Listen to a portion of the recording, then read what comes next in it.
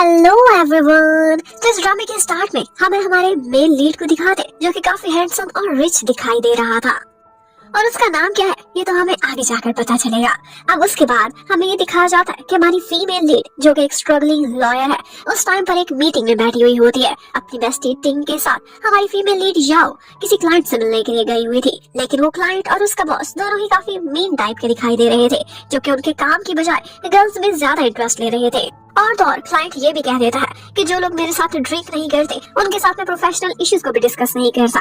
ये सब देखने के बाद याओ को काफी बुरा लगता है, लेकिन फिर भी बेचारी सारा कुछ बर्दाश्त करती रहती है। उसी टाइम पर याओ के साथ वाली टेबल पर एक लड़का आकर बैठता है, और यही हमारा मेन लीड है।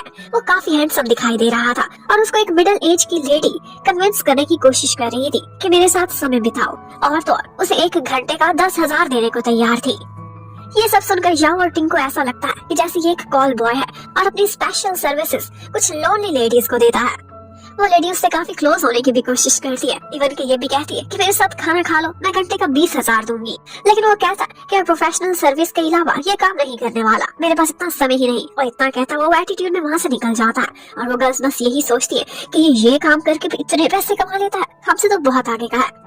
इतने में वो क्लाइंट याओ को छूने की कोशिश करता है, और यहाँ पर उसका सबर जवाब दे जाता है। अब वो उठती है और कहती है कैसी जॉब पर मैं लानत भेजती हूँ, और फिर ड्रिंक उनके मुंह पर थूकती हुई वहाँ से निकल जाती है। अब वो बाहर पहुंच गई थी, जॉबलेस हो चुकी थी, लेकिन फिर भी उसे उम्मीद थी कि उससे जहाँ कहीं और अप्लाई किया है वो फर्म जल्दी उसे हायर कर लेगी। उसी टाइम पर वो लोग देखते हैं वही कॉल बॉय वाला लड़का एक महंगी सी गाड़ी में जा रहा था। वो देखकर हैरान रह जाती है कि इतना कमाता है कि इसने बेंटली रखी हुई है। उनको नहीं लगता था कि कॉल बॉय वाली जॉब में इतना पैसा होगा, लेकिन वो सोचती है चाहे जो भी हो ये खुद को बेचता है, अपनी हैंडसम लुक के थ्रू इतना कमाना ये गलत बात है। अब कुछ दिनों के बाद याओ एक क्यूट सी बिल्डिंग के सामने खड़ी हुई थी। एक जूनहैंग ला फर्म जो कि बहुत बड़ी थी, वहाँ पर उसे जॉब मिल गई थी, और उसके करीब ही उसने एक अपार्टमेंट भी रेंट पर लिया था। वहीं पर देखती है वो कि वही कॉल बॉय वाला लड़का भी आया हुआ है। वो हैरान रह जाती है, इतना कमाता है, इतनी महंगी गाड़ी में फिरता है, और इस छोटी सी बिल्डिंग में रहता है। अब जब वो स्टेयर्स से जा रही थी तो रास्ते में रुककर सांस लेने लगती है। इतने में वो कॉल बॉय भी वहीं पर ही आ रहा था, जो कि उससे रास्ता मांगता है। और वो जैसे ही देखती है कि उसके वाले अपार्टमेंट के सामने खड़ा है तो वो उसे तुरंत ही जाकर रोक देती है, और कहती है कि ये अपार्टमेंट मैंने रेंट आउट किया है, और कीज के थ्रू दरवाजा खोलकर और बंद करके उसे दिखाती है। और इतने में वो हैंडसम बॉय अपनी कीज निकालता है और बिल्कुल उसी के ही अंदाज में उसे भी दरवाजा खोल और बंद करके दिखाता है। अब याओ तो बस चाहती थी कि उससे पहले किसी तरह से घर में एंटर हो जाए, लेकिन उसका सूटकेस उसे घर से जरा दूर ही ले जाया जा रहा था। वो दोनों ही एक दूसरे को अपना रेंटिंग कॉन्ट्रैक्ट दिखाते हैं। दोनों ने एक ही डेट पर रेंट आउट किया था, तो इसका मतलब है याओ के माइंड में आता है जो इस घर में पहले एंटर हो जाएगा, जिसका पहले कब्जा होगा, वही ये केस जीतेगा। अब वो हर हाल में पहले एंटर होना चाहती थी। यहाँ पर हीरो उसे खींचने की बहुत कोशिश करता है, लेकिन फिर भी वो गेम जीत जाती है, ये कह के कि मेरे बाल इस घर में पहले एंटर हुए हैं, अब तुम यहाँ से चलते बनो। अब जब वो घर को चेकआउट कर रही थी और मुड़कर देखती है तो पता चलता है कि कॉल बॉय भी उसी के घर में एंटर हो चुका है। अब वो दोनों ही लैंडलॉर्ड को वहाँ बुला लेते हैं। लैंडलॉर्ड की एक्चुअली अपनी वाइफ से डिवोर्स होने वाली थी, और ये घर उन दोनों का आधा आधा था, उन दोनों को पता ही नहीं था। और एक से वाइफ ने कॉन्ट्रैक्ट कर लिया था रेंट देने का, और दूसरे से हस्बैंड ने। अब यहाँ पर याओ उसे थ्रेटन करने की कोशिश करती है, कहती है कि मैं जूनहैंग लॉ फर्म में काम करती, और पता है वहाँ मेरा बॉस कौन है? जियाओ है। वो इस शहर का सबसे मशहूर और महंगा लॉयर है, मैं उसकी असिस्टेंट बन रही हूँ। पता है वो मेरे पीछे ऐसे फिरता है कि जैसे मुझे अपनी गर्लफ्रेंड बनाना चाहता है। ये तो मैं ही उसे इग्नोर करती हूँ, मैंने एक इशारा किया तो वो तुम पर ऐसे ऐसे केस डालेगा कि तुम फर्श पर आ गिरोगे। और ये बातें सुनते हुए हमारे हीरो की शक्ल देखने वाली थी। अब यहाँ पर लैंडलॉर्ड उन दोनों को समझाने की कोशिश करता है, कहता है कि देखो किस्मत ने तुम दोनों को एक ही घर में रेंट आउट कर दिया है, इसलिए शराफत से आप लोग यूँ करो, शेयरिंग कर लो। और साथ ही साथ याओ को ये भी कहता है कि प्लीज मुझ पर थोड़ी सी दया करो, मेरी वाइफ और मेरी डिवोर्स होने वाली है, मुझे जल्द ही किसी लॉयर की जरूरत होगी, आई थिंक मैं तुम्हारे पास ही आऊंगा। ये सुनते ही याओ खुश हो जाती है, और इतने में वो वहाँ से भाग नहीं करता है। अब यहाँ पे हमारे हीरो ने अंदाजा लगा लिया था कि याओ एक पुअर सी गर्ल है, और वो उसको एक ऑफर देता है, कहता है कि मुझे 3 दिन इस घर में रहने दो बिना परेशान किए, और इसके बदले में तुम्हें 2 महीने का रेंट दूंगा, और 3 दिन के बाद हम आगे की बात करेंगे, तब देखा जाएगा जो भी होगा। और ये कहता हुआ वो वहाँ से निकल जाता है। अब उसने उसे पैसे भी पे कर दिए थे, लेकिन थोड़ी देर बाद याओ उसके पास आती है और उसे घर में इकट्ठे रहने के रूल्स भी बताने लगती है। वो कहती है कि इतने अमीर होकर तुम यहाँ क्यों रह रहे हो, वो भी शेयरिंग करके? क्या इसलिए कि यहाँ से तुम्हारी कोई खास यादें जुड़ी हुई है? तुमने अपनी पहली कमाई क्या इसी घर में की थी? और फिर उससे कहने लगती है कि यहाँ पर गर्ल्स लाना अलाउड नहीं है, अगर तुमने ऐसा किया तो मैं पुलिस को बुला लूंगी। और साथ ही साथ उसे भाषण भी देने लगती है, बेशक तुम हैंडसम हो, गुड लुकिंग हो, चार्मिंग हो, लेकिन अगर इसको तुम यूज करोगे पैसे कमाने के लिए तो बूढ़े होकर क्या करोगे? तुम अकेले रह जाओगे और वैसे भी लीगली ये सारा कुछ ठीक नहीं है। कल को अगर तुम्हारा क्रिमिनल रिकॉर्ड निकल आया ऐसी उल्टी सीधी हरकतें करने पर तो तुम्हारा फ्यूचर बर्बाद हो जाएगा। अब ये बातें सुनकर वो हैरान रह जाता है और साथ ही साथ अपना फोन निकाल लेता है और कहता है बोलो और जितना भी बोलना है, मैं तुम्हारे पर डेफेमेशन का केस कर दूंगा। अब ये सुनते ही वो वहाँ से भाग जाती है। अब थोड़ी देर बाद वो उसके कमरे में जाकर झांकती है तो पता चलता है कि उसने अपने कमरे को कुछ इस तरह का सेट किया है कि वहाँ पर किसी इंसान के रहने की कम और आत्मा के रहने की कुछ ज्यादा निशानियां दिखाई दे रही थी। उसे ये भी शक होने लगता है कि कहीं ये लड़का ब्लैक मैजिक तो नहीं करता। उसके कमरे में इस तरह की चीजें थी। अब वो यही सोचने लगती है कि कहीं मुझे इसने बली तो नहीं करना, शायद ही रात को कोई इवन स्पिरिट्स को न बुला ले। ये सोचते ही वो डर जाती है और तुरंत ही जाती यही कहना चाहती थी कि अपने पैसे वापस लो और यहाँ से निकल जाओ। लेकिन यहाँ पर वो उससे फोन पर बातें करते हुए सुनती है। कोई लेडी वीडियो कॉल पर उससे बातें कर रही थी। वो लेडी तो काफी फ्लर्टी टाइप की लग रही थी, लेकिन हमारा हीरो उसे काफी सारे लीगल मशवरे भी देता है और उसका इतना सारा लीगल नॉलेज सुनकर याओ जो कि लॉयर थी वो भी हैरान रह गई थी। इतने में वो तुरंत ही दरवाजा खोलता है और उससे कहता है कि तुम मेरी बातें चोरी चोरी सुन रही थी। याओ कहने लगती है कि देखो तुम मुझे एक भले इंसान लगते हो, तुम्हें तो इतना सारा नॉलेज भी है, तो तुम वो गंदा काम छोड़कर कुछ अच्छा काम करो। क्यों ना जुडिशियल एग्जाम देकर देखो ताकि तुम भी इज्जत की रोटी कमा सको। और उसकी इतनी सारी बकवास सुनने के बाद वो वहाँ से चला जाता है सीधा वॉशरूम की तरफ। और जैसे ही वो वॉशरूम से निकलता है यहाँ पर याओ वॉशरूम की डिसइंफेक्शन करने लगती है। उसकी ये हरकतें उसे बहुत बॉदर कर रही थी। वो बोलता है सिर्फ डिसइंफेक्शन काफी नहीं है, क्लीनिंग एजेंट पकड़ो और एक एक कोने को चमका के रख दो। इतने में वो अपने कमरे में जाता है तो हमें पता चलता है जब उसके फ्रेंड वो जून की उसे कॉल आती है। एक्चुअली उसका फ्रेंड जून और साथ में हमारा हीरो जिसका नाम चियाओ हैंग है, इन्होंने मिलकर एक लीगल फर्म बनाई थी बहुत सालों पहले और उस फर्म का नाम इन्हीं के नाम पर जून हैंग लॉ फर्म था, जहाँ पर याओ काम करने वाली थी। और अपने बॉस चियाओ हैंग को लेकर जो उसने बड़ी बड़ी बातें की थी वो यही वाला चियाओ था। और एक और बात भी हमें पता चलती है कि एक्चुअली चियाओ के साथ एक प्रॉब्लम है और वो ये है कि उसे रात को नींद नहीं आती और इसीलिए उसने अपने घर में इतनी सारी चीजें लटकाई हुई थी जो कि उसके डिफरेंट फ्रेंड्स ने उसे गिफ्ट की थी ताकि वो एक साउंड स्लीप ले सके। आज भी वो सोने के लिए लेटता है। इतने में बाहर सफाई करते हुए याओ कुछ सॉन्ग गा रही थी और उसका सॉन्ग बिल्कुल लोरी वाला काम करता है और हमारे हीरो को तुरंत ही नींद आ जाती है। सुबह उठता है तो हैरान रह जाता है। उसे लगता है कि नई जगह और इसके साथ साथ इन सारे एम्यूलेट्स का असर है कि मुझे इतनी अच्छी नींद आई बहुत अरसे बाद। लेकिन साथ ही उसका मूड खराब हो जाता है जब वो देखता है कि याओ ने पूरे घर में पार्टीशन कर रखी थी। इतने में याओ अपने नए ऑफिस से पहुंच जाती है जहाँ पर उसे पता चलता है कि इस लॉ फर्म में दो मेजर पार्टनर्स हैं और वही सारे डिसीजंस करते हैं, एक वो जून और दूसरा चियाओ हैंग। चियाओ हैंग की तो वो असिस्टेंट बनने वाली थी, लेकिन मिस्टर चियाओ को फोटोज बनवाना पसंद नहीं था, इसलिए उनके कॉरिडोर में सबकी फोटोज थी सिवाय मिस्टर चियाओ के। अब थोड़ी देर बाद उसका इंट्रोडक्शन होता है अपने कोलीग्स के साथ और यहाँ पर वो ये सुनकर काफी डर भी जाती है जब उसे पता चलता है कि मिस्टर चियाओ जिसकी वो असिस्टेंट बनने वाली वो छोटी छोटी बात पर अपने असिस्टेंट्स को फायर कर दिया करता है। अब वो यही कह रहे थे कि तुम्हें पता नहीं यहाँ पर हमारे साथ कितने दिन रहना नसीब हो। अब थोड़ी देर बाद वो लोग उसको मिस्टर चियाओ का ऑफिस भी दिखाते हैं जिसमें एक कॉर्नर ऐसा था जहाँ पर उसकी शीट्स पड़ी हुई थी, लेकिन उससे भी ज्यादा इम्प्रेसिव एक और कॉर्नर था जहाँ पर वो सारे थ्रेटनिंग लेटर्स थे और धमकी वाली चीजें थी जो कि उसे केस छोड़ने के लिए दूसरे लोग भेजा करते थे। किसी ने रबड़ का स्नेक भेजा होता था, किसी ने कोई नाइफ तो किसी ने खोपड़ी, और ये सारी चीजें चियाओ के लिए किसी मेडल से कम नहीं थी। और फिर जब उसके बॉस की एंट्री होती है वो कौन है ये देखते ही बेचारी याओ की बैंड बज जाती है।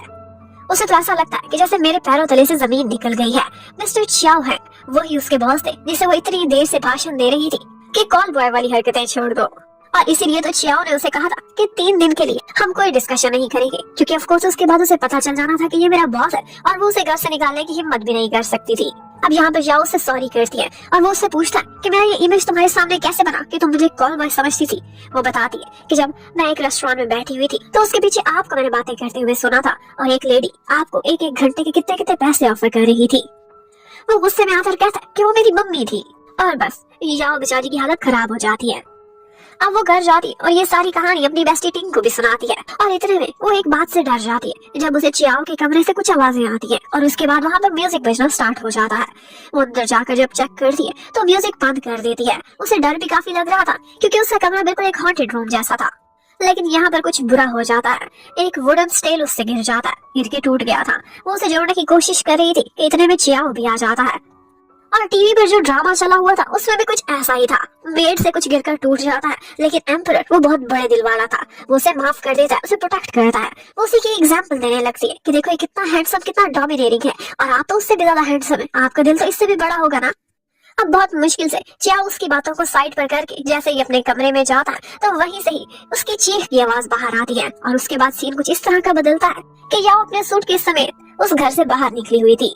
वो बहुत कहती है कि सर आप ऐसे नहीं कर सकते, मैंने इस घर को लीगली रेंट किया है। लेकिन वो बोलता है जब मैं तुम्हें फायर करूंगा तो रेंट के पैसे कहाँ से दोगी, निकलो यहाँ से। एक्चुअली वो स्टेल उसने ओवरसीज से मंगवाया था, वो कस्टम मेड था और उसे आने में 5 महीने भी लग गए थे। अब जब याओ बेचारी बाहर अपने सूटकेस पर बैठी टैक्सी का वेट कर रही थी तो वहाँ पर हमारा मैस्कुलाइन हीरो दौड़ता हुआ आता है। उसे लगता था कि मुझे रोकने के लिए आया है, लेकिन वो कहता है तुम्हें टैक्सी नहीं मिली, मैं ऑर्डर कर देता हूँ। और तुरंत ही वहाँ पर टैक्सी आ जाती है और वो अपनी शक्ल लेकर वहाँ से गुम हो जाती है। पहले वो डाल जाती है लेकिन वहाँ के रेट्स इतने हाई थे कि उसे अचानक से एक आइडिया आता है। उसे पता चला था कि उसके जून हैंग के ऑफिस में एक छोटा सा किचन, जिम, शावर रूम, हर चीज है ओवर टाइम करने वालों के लिए। वो सोचती है कि नई नई जॉब है, मुझे पैसे बचाने चाहिए और पैसे बचाने के लिए रात को अपने ऑफिस में चली जाती है। अब वो चियाओ के ही रूम के बाहर खड़ी हुई थी और सोचती है यहाँ पर आने की कौन हिम्मत कर सकता है। तो अब याओ अपने लिए एक जगह ढूंढ ही लेती है और वो होती है उसके बॉस चियाओ का स्टोर रूम, जहाँ पर उसका सारा रिकॉर्ड पड़ा हुआ था। वो सोचती है कि यहाँ आने की कौन जरूरत कर सकता है। अब वो मजे से वहाँ पर लेट जाती है। उसे कुछ कैंपिंग का सामान मिल गया था और कुछ फाइल्स को अपना पिलो बना लेती है। अब वो दो फर्श पर लेटी हुई भी बड़े मजे से सो चुकी थी, जबकि दूसरी तरफ हमें दिखाते हैं कि बेचारा चियाओ वो अभी भी अपने बिस्तर पर लेटा हुआ था। रात के 12 बजने वाले थे लेकिन नींद थी कि दूर दूर तक आ ही नहीं रही थी। इतने में जैसे ही 12 बजते हैं वहाँ पर क्लॉक का कुकू बोलने लगता है। ये देखते ही उसे काफी गुस्सा आता है कि याओ ने ऐसा क्यों करके रखा, शायद इसी की वजह से मेरी नींद डिस्टर्ब हुई है। जबकि उधर याओ बेचारी को उसने ऐसी कोई बददुआ दी थी कि उसे एक बुरा सा सपना आता है कि जैसे ऑफिस में कोई किलर आया है और वो उसकी जान लेने वाला है। वो सोचने लगती है कि इतनी सारी थ्रेटनिंग, अलार्मिंग चीजों के बीच सोऊंगी तो इसी तरह के सपने आएंगे। अब वो पानी पीने के लिए उठती है तो पता चलता है कि वहाँ पर उसका बॉस चियाओ आधी रात को ऑफिस में आया हुआ है। अब बेचारे को नींद नहीं आ रही थी और फ्लैट ऑफिस के करीब ही था तो वो ऑफिस में आ जाता है अपनी कुछ स्टडीज करने के लिए। उसे शक होता है, लाइट्स ऑन करके इधर उधर तलाश करने की कोशिश करता है लेकिन कोई भी नहीं होता तो खामोशी से जाकर अपने ऑफिस में बैठ जाता है काम करने के लिए। और याओ भी चुपचाप स्टोर रूम में जाकर सो जाती है। जबकि नेक्स्ट डे हमें दिखाते हैं कि चियाओ एक साइकियाट्रिस्ट को मिलने के लिए गया हुआ है जिसे वो जून ने उसे रिकमेंड किया था। वो साइकियाट्रिस्ट तो कम लग रहा था बल्कि लग रहा था कि उसे कुछ साइकी ट्रीटमेंट की जरूरत है।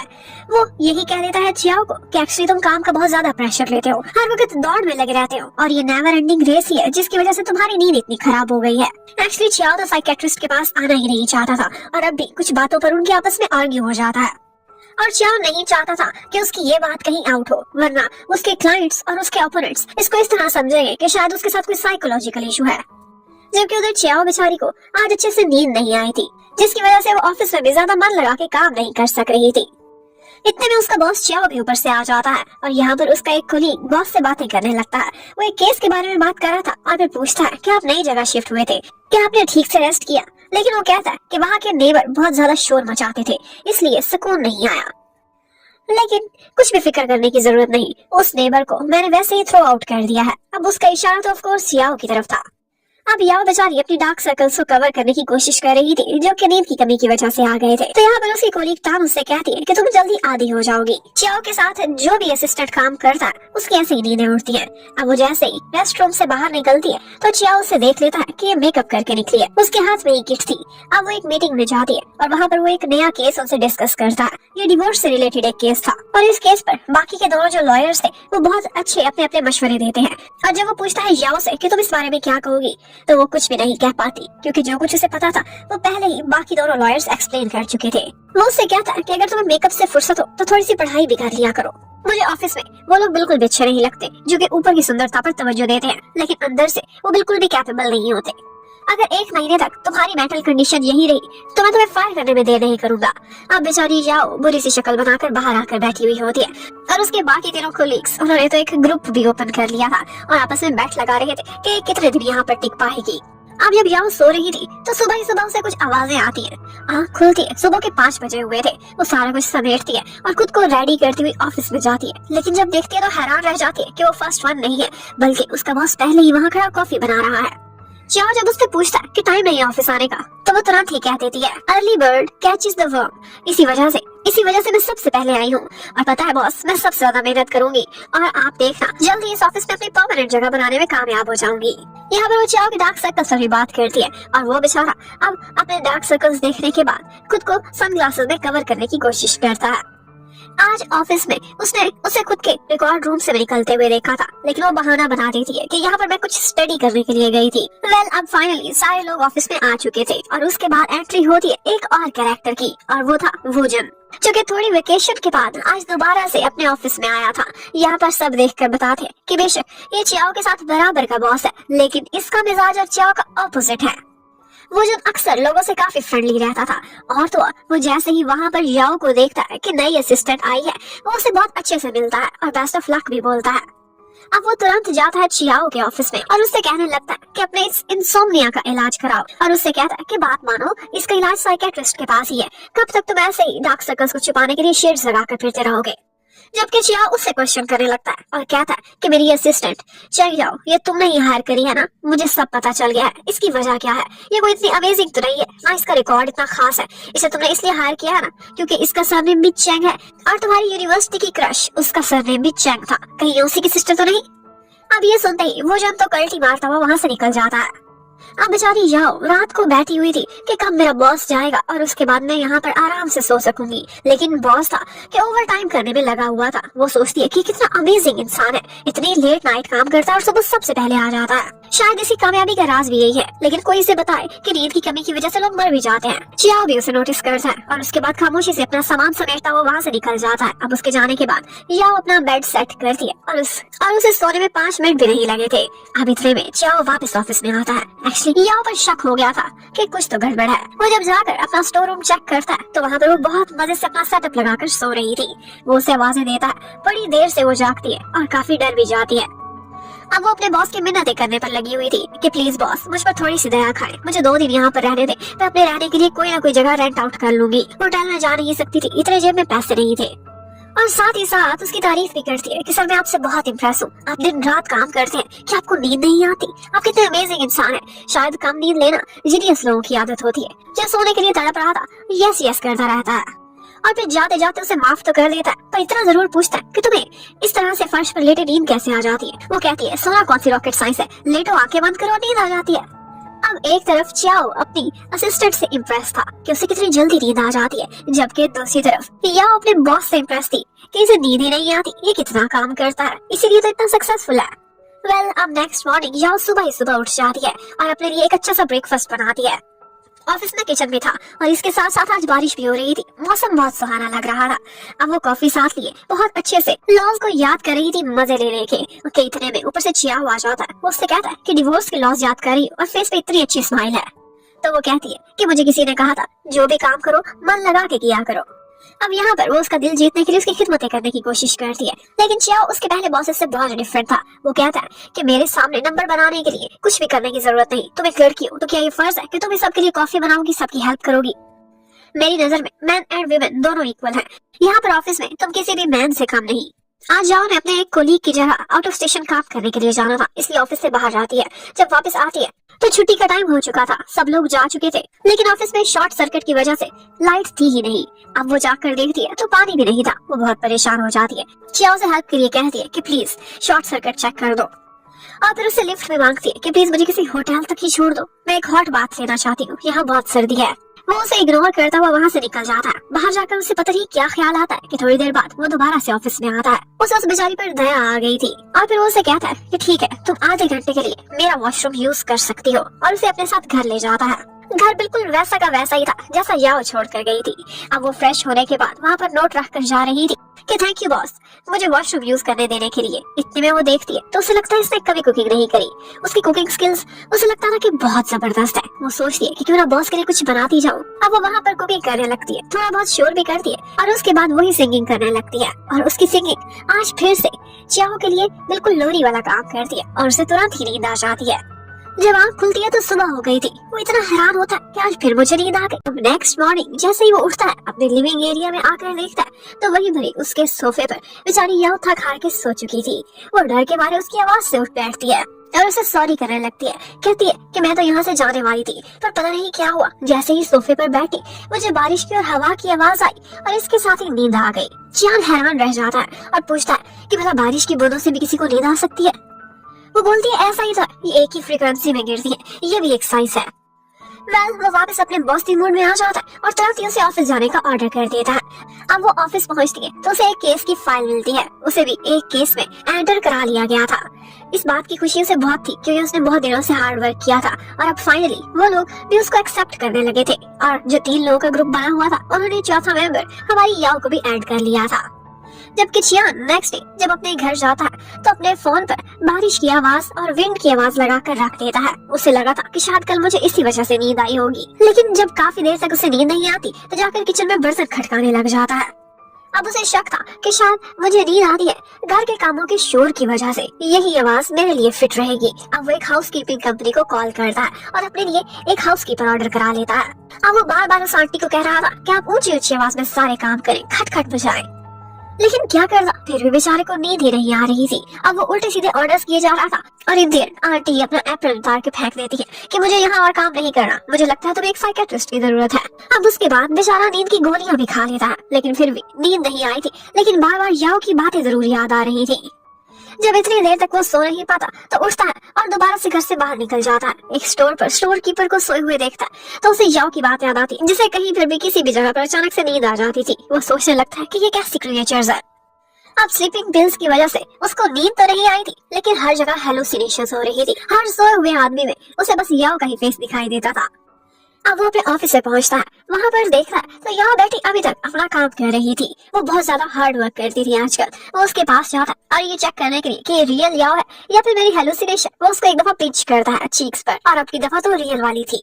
अब वो थोड़ा सा एम्बैरेस होता है और कहता है कि तुम्हारे लिए मैं कोल्ड की मेडिसिन लेकर आया हूँ, कहीं कल तुम्हें ठंड ना लग गई हो। ये देखते ही वो सोचने लगती है कि बेशक मेरा बॉस जितना भी पॉइजनस है, लेकिन इसका दिल अंदर से बहुत नरम है। अब थोड़ी देर बाद याओ को वहाँ पर भूख लगने लगती है।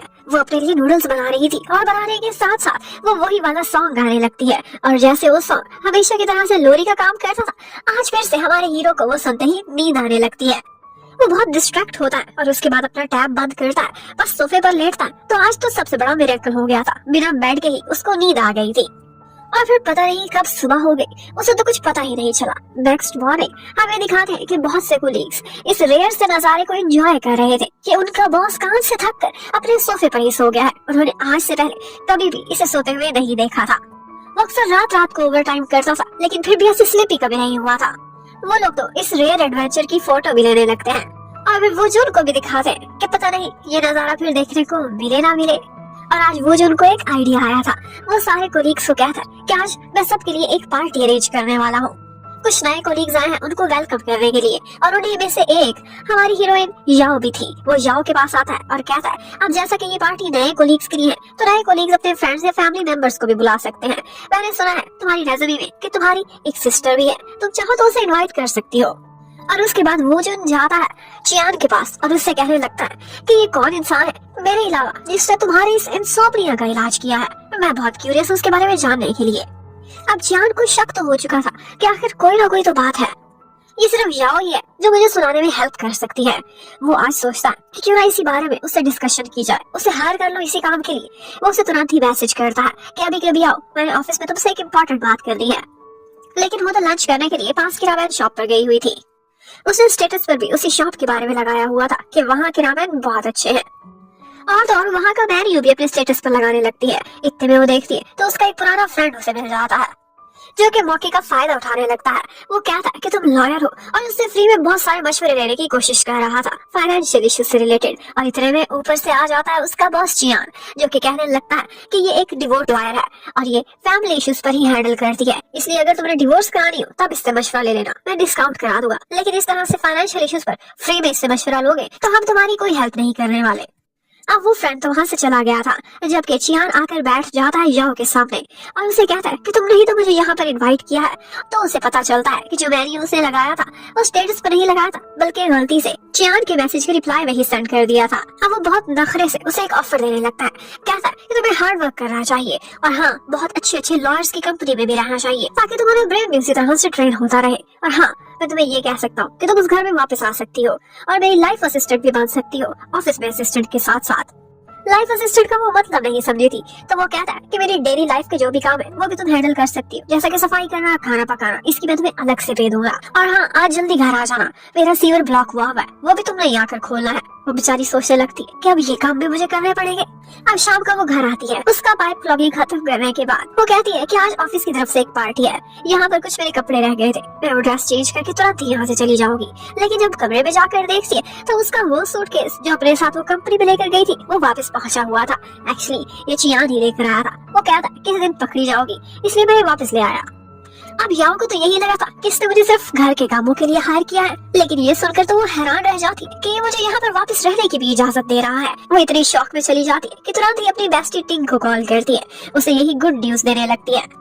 लेकिन टिंग उससे कहती है कि इसमें तुम्हारे लिए खतरे वाली घंटी है। तुमने खुद ही तो बताया था कि तुम्हारे इस बॉस के बहुत सारे जानी दुश्मन हैं और बहुत दफा इसे लाइफ थ्रेटनिंग मैसेजेस भी आए हैं। तो किसी दिन ऐसा ना हो कि कोई इसे खत्म करने आए और तुम्हें उसकी असिस्टेंट समझकर पहले ही रास्ते से हटा दे। कहीं इसके हिस्से की गोली तुम न खाए ना, इसके साथ रहना बहुत खतरा है। अब ये बात सुनकर याओ काफी डर गई थी और तो और उसकी फ्रेंड ने 2-3 केसेस की एग्जाम्पल भी उसे दे दी थी।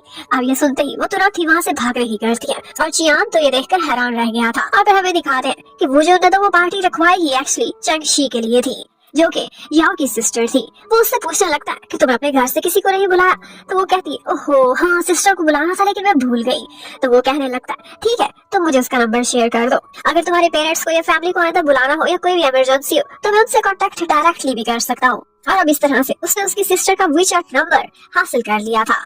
अब जैसे ही वो चैंगशी की प्रोफाइल देखता है तो उसे पुरानी यादें आने लगती है, वो नॉस्टैल्जिक हो जाता है।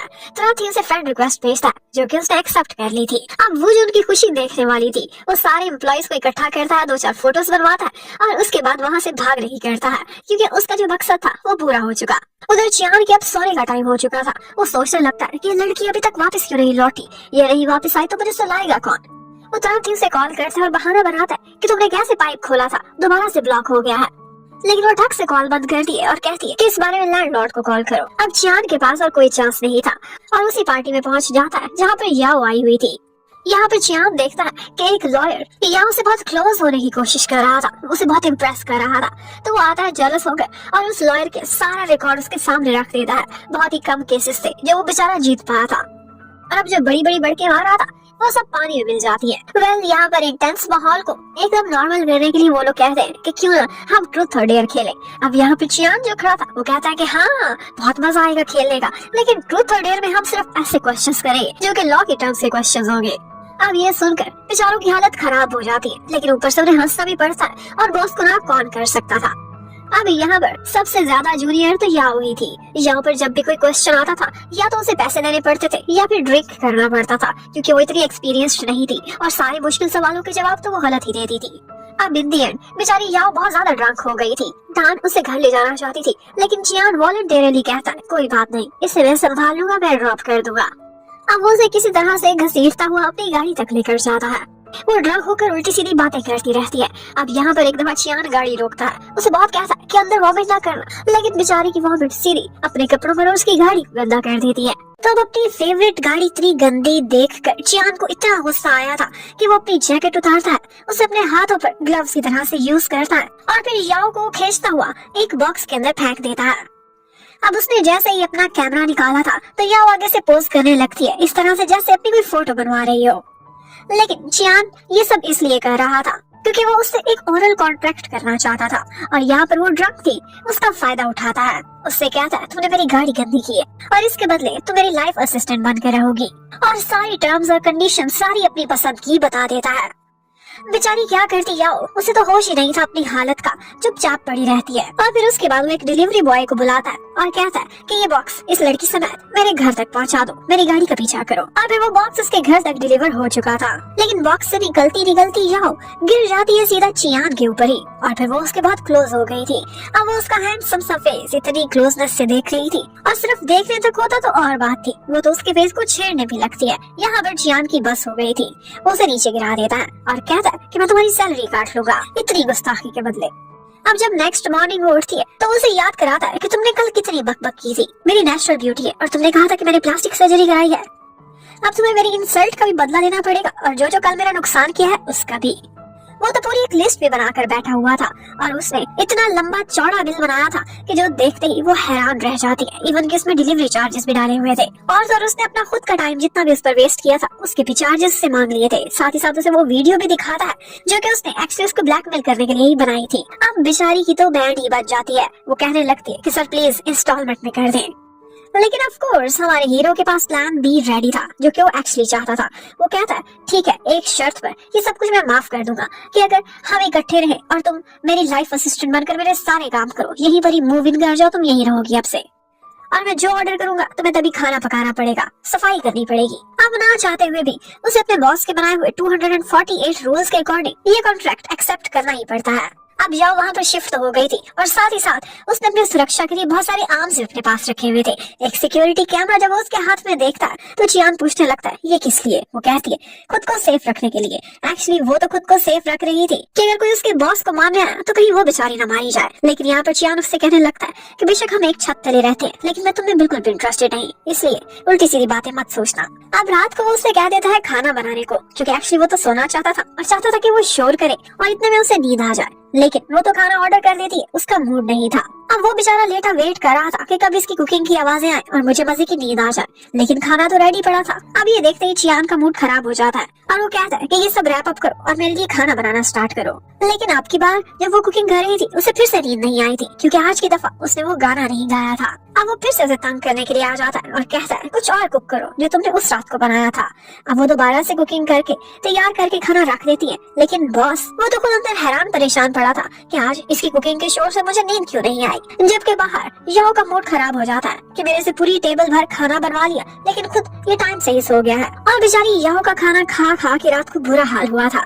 आज ऑफिस में भी उसकी बार बार वॉशरूम की तरफ दौड़े लगती रही थी और यहाँ पर चियान भी उसे ऑब्जर्व कर रहा था। वो जोन भी उसके साथ था। वो जोन उससे कहता है कि ये लड़की, इसे तुमने ज्यादा तंग नहीं करना, एटलीस्ट तब तक जब तक मैं और चेंगशी क्लोज नहीं आ जाते। मेरी लव लाइफ ने मुझे दूसरी दफा मौका दिया है, प्लीज इसे तुम अपनी हरकतों की वजह से रुइन न करना। इसकी बहन को जितना खुश रख सकते हो उतना रखना। और तो और वो जन वहाँ से जाता जाता यहाँ के पास आता है और कहता है कि अगर तुम्हें बहुत ज्यादा तंग करे या फिर कुछ भी ऐसा हो जिसकी तुम्हें कंपनसेशन चाहिए तो मैं देने को तैयार हूँ, लेकिन बस इसे सीक्रेट रखना।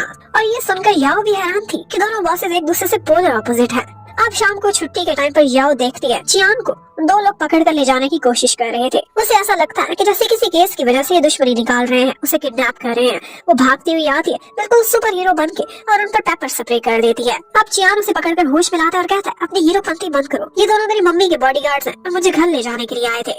अब नेक्स्ट सीन में दिखाते हैं कि चियान अपने फैमिली हाउस में पहुंचा हुआ था जहाँ पर उसकी मम्मी बेचैनी से उसका वेट कर रही थी और उनका नाटक अपनी फुल पीक पर था। वो ऐसे बीमार होकर लेटी हुई थी कि जैसे उनकी आखिरी सांसें चल रही हो, लेकिन मेकअप, ज्वेलरी सारा कुछ परफेक्ट था। और वो उसे यही कहती है कि जब मैं मर जाऊं तो मेरी ये आंखें, मेरे बॉडी पार्ट्स सब कुछ दान कर देना, क्योंकि मुझे नहीं लगता कि मेरे पास ज्यादा समय बचा है। और उसकी मम्मी और भी बहुत सारी ओवर एक्टिंग करती है जो कि सारी चियान अच्छे से पहचान जाता है। वो एक्चुअली अपने बेटे के साथ ज्यादा समय बिताना चाहती थी और उसके मम्मी डैडी की यही विश थी कि वो अपनी लॉ फर्म छोड़े और आकर फैमिली बिजनेस संभाले, लेकिन इस बात पर चियान कभी भी नहीं मानता था और आज भी वो अपने मम्मी डैडी को निराश ही छोड़कर चला जाता है और मम्मी की ओवर एक्टिंग भी किसी काम नहीं आई थी।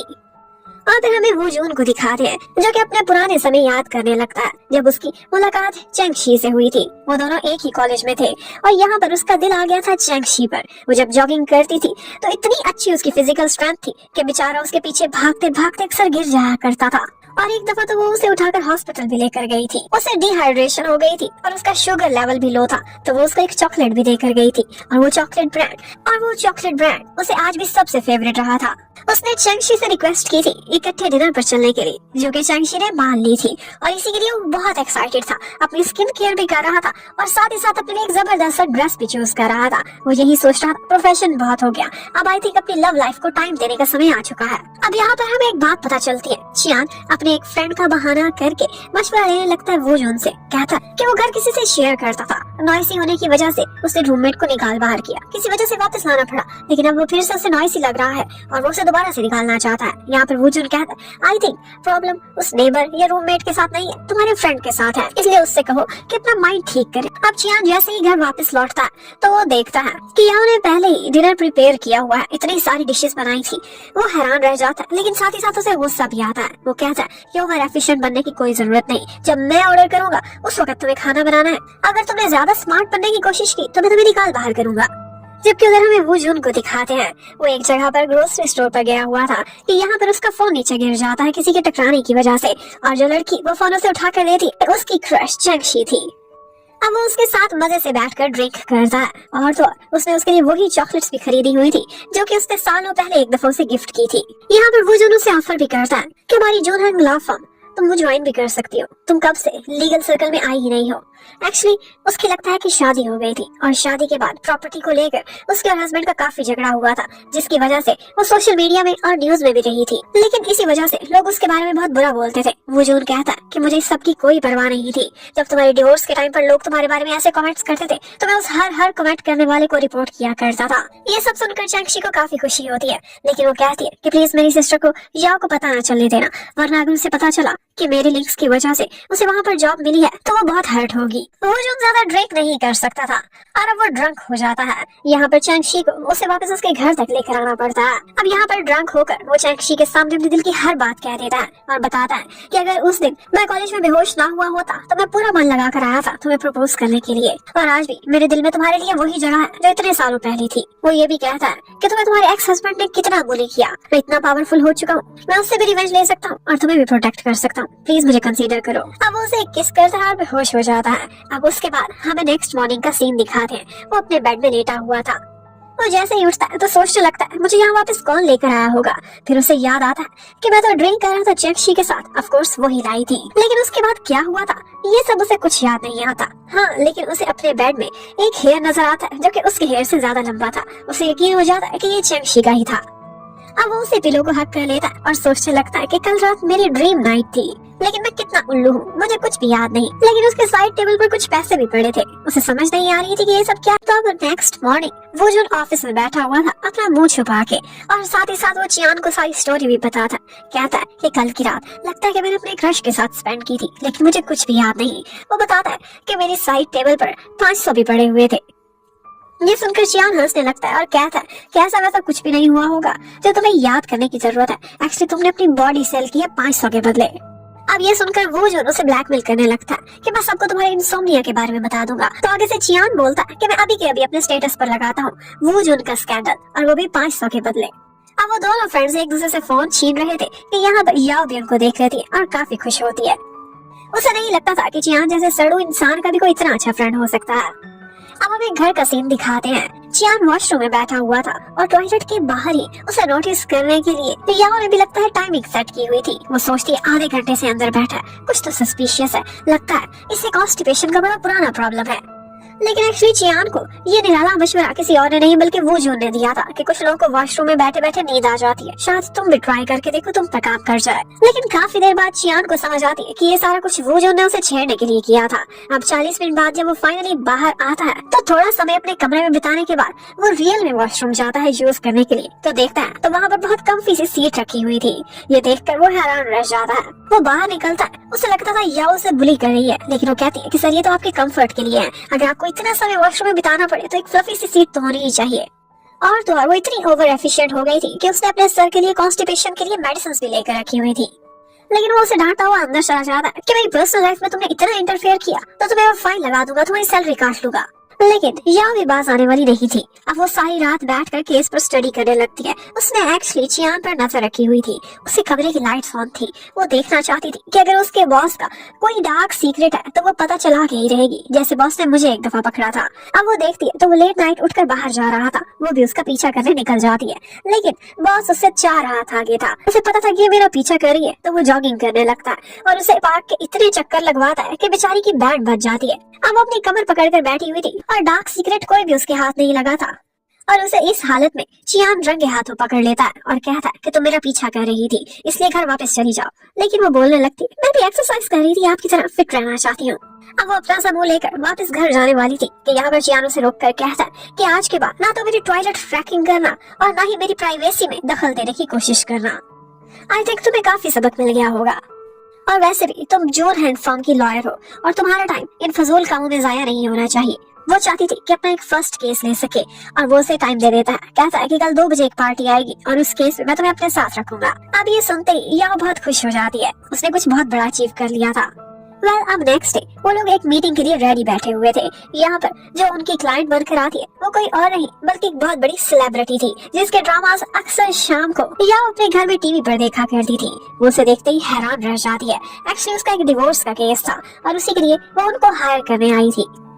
और वो सेलिब्रिटी न सिर्फ केस को लेकर परेशान थी बल्कि उसे देखकर लग रहा था कि जैसे वो हर्ट भी बहुत है। उसके हस्बैंड ने लगता था कि उसका मिस यूज किया है। वो सिर्फ उसके फेम को यूज करना चाहता था अपने बिजनेस को चमकाने के लिए। और अब वो चाहती थी कि उसकी हर तरह की हिडन प्रॉपर्टी भी वो बाहर निकलवाए और अपना एलिमनी में और प्रॉपर्टी में बराबर का हिस्सा ले। अब जाओ अपना पहला केस मिलने पर इतनी खुश थी कि आज वो जाती है और अपनी बैल्कनी को बहुत सारी चीजों से सजा देती है जो कि वो खुद शॉपिंग करके लाई थी। अब यहाँ पर वो उसी केस को स्टडी करने लगती है। अब थोड़ी देर बाद उसे जैसे ही पता चलता है कि चियान घर वापस लौटा है तो वो तुरंत ही भागती हुई उसके पास जाती है और पूछने लगती है कि सर मुझे कुछ बातें समझ नहीं आई, क्या मैं आपसे एक स्टूपिड क्वेश्चन कर सकती हूँ? और वो फौरन इनकार कर देता है। कहता है कि ऑफिस आज में करो तो यस करूंगा, लेकिन अभी बिल्कुल नहीं, क्योंकि चियान को लगता था कि उसका एक एक मिनट कीमती है और वो मिनट के चार्जेस भी लिया करता था जो कि ऑफ कोर्स या वो अभी अफोर्ड नहीं कर सकती थी। अब वो अपने कमरे में जाता है और जाकर अपना काम करना स्टार्ट कर देता है, जबकि बाहर जाओ वो कुकिंग करने लगी थी। और आज काफी दिनों बाद कुकिंग करते हुए वो वही सॉन्ग गुनगुनाने लगती है और वो जैसे ही सॉन्ग सुनता है उसे लगता है कि फिर से नींद आने लगी थी। अब वो पहचान गया था कि एक्चुअली हाउस चोर्स में कोई भी राज नहीं रखा हुआ, ना इसकी कुकिंग ना ही सफाई से किसी चीज से फर्क पड़ता है। मुझे अगर किसी चीज से नींद आती है तो ये इसका गाना है जो कि मेरे लिए लोरी का काम करता है। अब वो जाता है और जाते ही उसे रोक देता है और कहता है कि खाना बनाना बंद कर दो और ना ही कुछ खाओ, क्योंकि अभी मैंने काम करना है। आधे घंटे बाद से तुम खाना कंटिन्यू करो बनाना और साथ में ही गाना भी। अब थोड़ी देर बाद जब उसका काम खत्म हो जाता है तो वो बाहर आता है और उसे ऑर्डर करता है कि अब खाना बनाओ और गाना भी गाओ। अब वो जैसे ही वो गाना गाती है साथ साथ खाना बनाती है तुरंत ही उसे नींद आ जाती है और वो बड़े मजे की नींद सो जाता है। अब वो सो तो गया था बहुत मजे से, लेकिन आधी रात उसकी आंख खुल जाती है और वो भी भूख की वजह से।